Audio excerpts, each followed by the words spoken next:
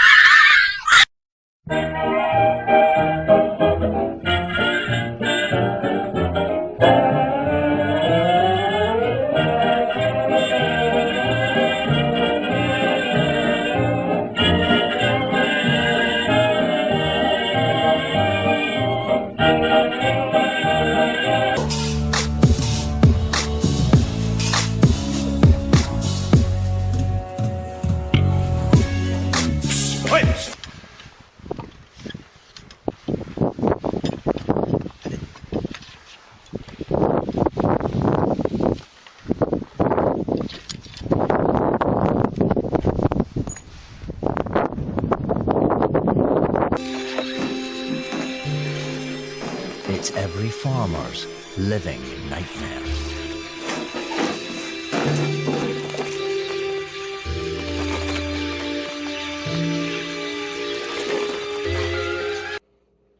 Was it any of those things, or is it something different? Everybody's afraid of something. Rejection, public speaking, death, icy roads, small spaces, dogs, birds, airplanes, storms, needles.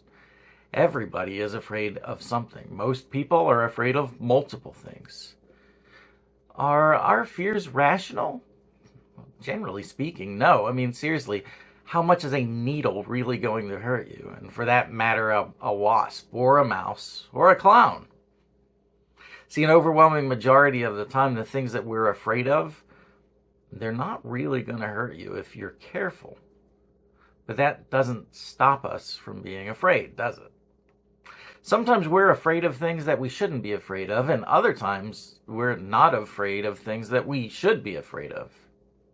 And to try to help us understand where our fear should be, Jesus says this in Matthew chapter 10, verse 28.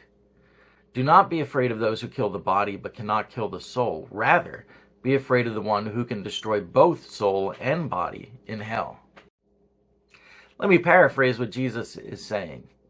He's saying, why are you afraid of something that can hurt you in life more than you are afraid of the one who could do it for eternity? What is Jesus saying that we should be afraid of?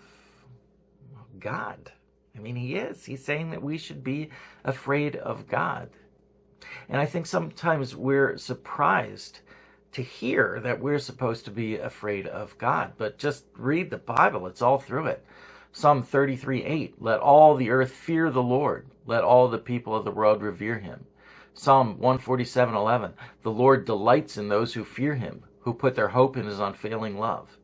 Ecclesiastes 12:13, now all has been heard. Here is the conclusion of the matter.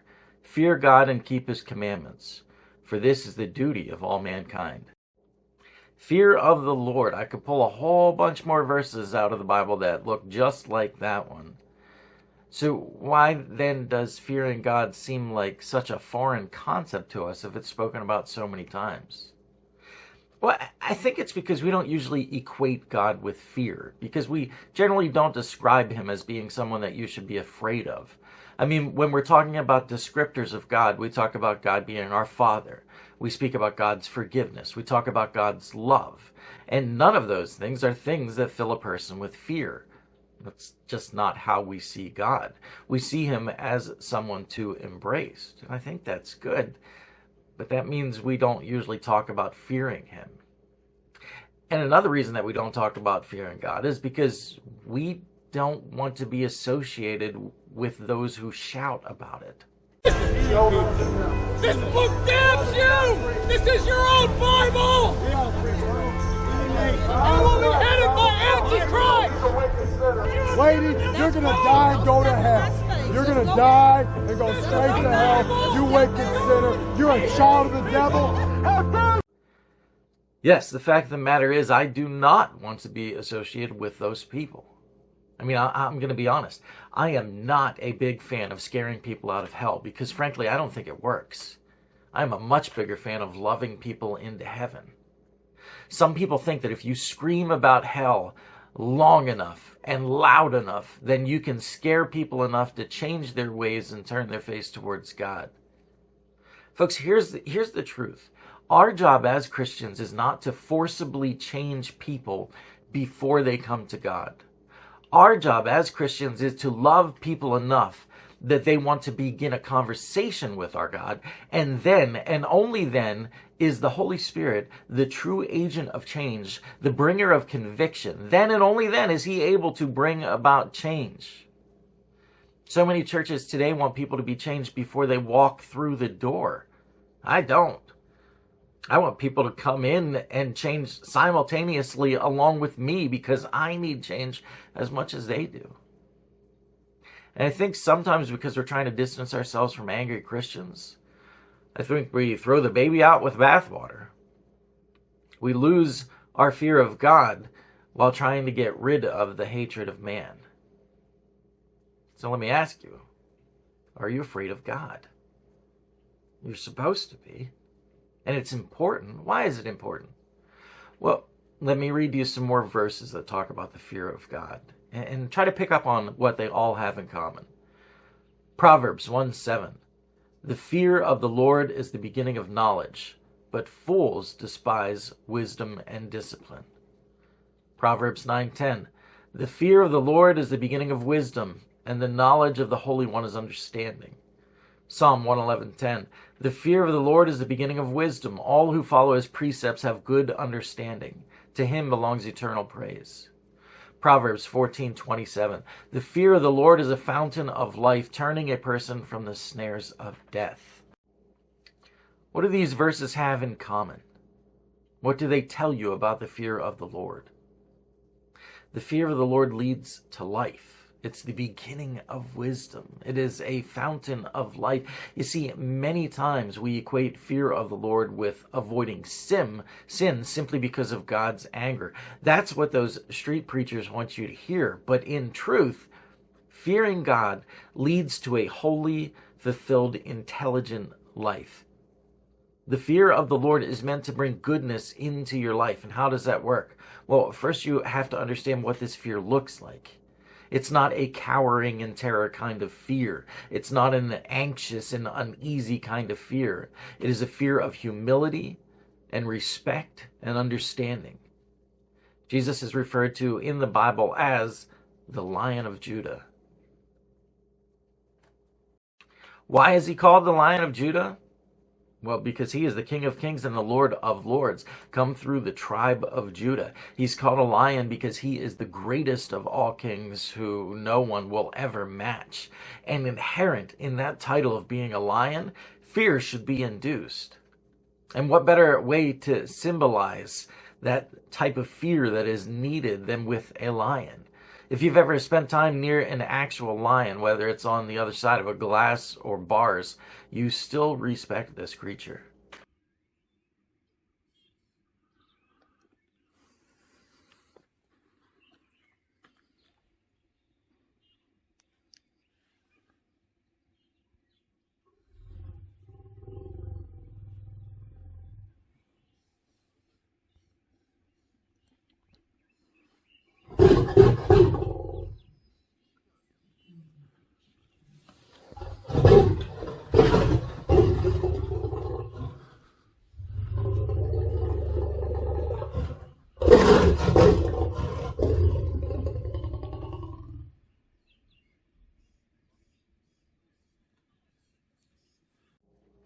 Every time I watch that clip, I can feel my heart starting to beat a little bit faster.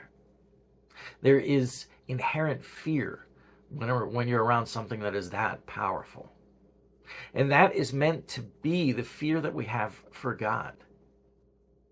And it's out of this fear, this respect that we have for God, that a desire to stay far away from sin should grow. But I think some of the reason that we've lost our fear for God is because so seldom do we take the time to actually stop and reflect on and absorb who he truly is. You know, I absolutely love the sky. We're hoping to go on a trip to Colorado this year. And the thing that I'm most excited about is being able to see the sky in all of its glory. But I already know that even out there with less light pollution, it still won't do God's creation justice. In 2004, NASA pointed their Hubble telescope at a portion of the sky that appears from the Earth to be void, without stars to the naked eye. And then they continued to keep it pointed at that exact place for 11 days so that it would absorb as much as light possible to see what our eyes cannot see. And what they found? Absolutely extraordinary. In that area of dark sky, Hubble found 10,000 beautiful galaxies, not stars, galaxies. In each of these galaxies, there were estimated to be 100 billion stars. Now, don't blank on me because I said big numbers. Sometimes numbers get so big that we lose the ability to focus in on and understand those. I need you to really listen and process this. In a completely dark portion of sky, the telescope was able to see 10,000 galaxies with 100 billion stars each. And here's the most amazing part. If you take a penny and then look at the phrase, "In God we trust," and then hold this penny up at arm's length away from you, if you look at the D from the word "in God," that is the portion of the sky that all those stars were found in. That is absolutely incredible, unfathomable.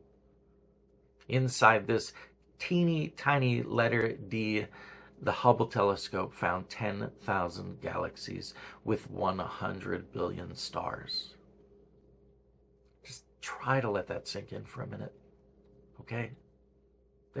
Maybe this will help. This is what they found.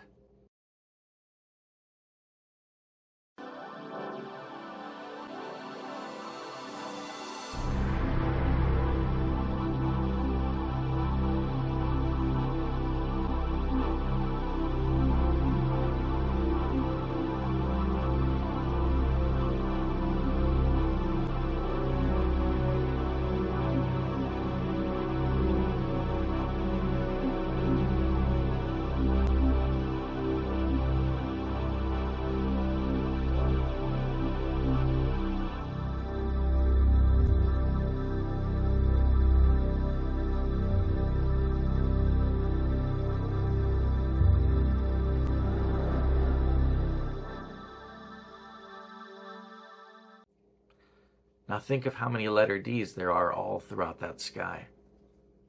The Big Bang Theory teaches that all of this came from something smaller than a speck of dust. And now I hope you begin to understand, if you already didn't, that this is one of the dumbest theories ever made when you start to think about just how big the universe is. We worship a God who created all of this by speaking. We worship an all-powerful, all-knowing, all-present creator of the universe. How can you not fear someone like this? And I'm not talking about cowering in fear or terror. I'm talking about a good, healthy fear. Well, when my kids were little, they weren't afraid of me, but they did fear me as their father. You see, there's a difference. They knew that I loved them and that I cared for them and that I always will. But they were also very aware that if they stepped out of line, I would punish them in a not so pleasant fashion. And when they were pushing the line, most of the time, all I had to do was give them a particular look. And that was enough to help them rethink their behavior. That was because they weren't afraid of me, but they did fear me. And that fear can be a good thing. I think in a lot of ways we have lost our fear of God And I think it's because we've lost a view of who he really is. Instead of him being this mighty, awesome, powerful God, we've turned him in our minds into this little fuddy-duddy pushover of a parent who lets us do whatever we want and never says anything about it. Listen, we worship a God who created the entire universe in just a word. We worship a God who named all of those countless numbers of stars. We worship a God who has created a beautiful eternity for us, and one who holds our souls in his hand. We worship a God who could destroy the world anytime he chooses. We worship a God who will one day destroy it and make it new. We worship a God who has more power in one of his eyelashes than the entirety of the human race put together. We worship a God who can be in all places and all times at the same time. We worship a God who can hear and answer all prayers simultaneously. We worship an all-knowing, ever-present, all-powerful God. And we worship a God who hates sin. He hates it. And our healthy fear of this amazing God should make us want to keep ourselves far away from sin. Why? Because he hates it. And that's why all of our scriptures say fear of God is the beginning of wisdom. Because here's the truth. If we respect him and fear him enough to listen to what he says about sin, then our life dramatically increases in quality because we apply his hatred to the sin in our lives. Do you understand that? If you believe that God is all-powerful and hates sin, then you should hate sin. And there should be a healthy fear of him and how he views you while you're sinning. And when we eliminate sin from our lives, guess what? Life gets better. Life gets less complicated, less dramatic, less hurtful, less worry-filled, less anxious, less disappointing. Life gets more rewarding, more fulfilling, more peaceful, more plentiful, more enjoyable, more godly. That's why fear of God is the beginning of wisdom. It's because it's a chain reaction that leads to great things. Proverbs 19:23 says, "The fear of the Lord leads to life. Then one rests content, untouched by trouble." So the next time you are considering whether or not to sin, consider this. Your Father in heaven is watching. Your Father who holds power over your existence. Your Father who holds power over eternity. Your Father who hates sin. And yes, your Father who will forgive you. But at the same time, he still is your almighty, all-knowing, all-powerful Father who hates sin. So spend a moment in this thought. And maybe, just maybe, a little bit of healthy fear might help you to make the right decision. Thanks for watching. Thanks for listening. Take care. God bless. Hope to see you soon.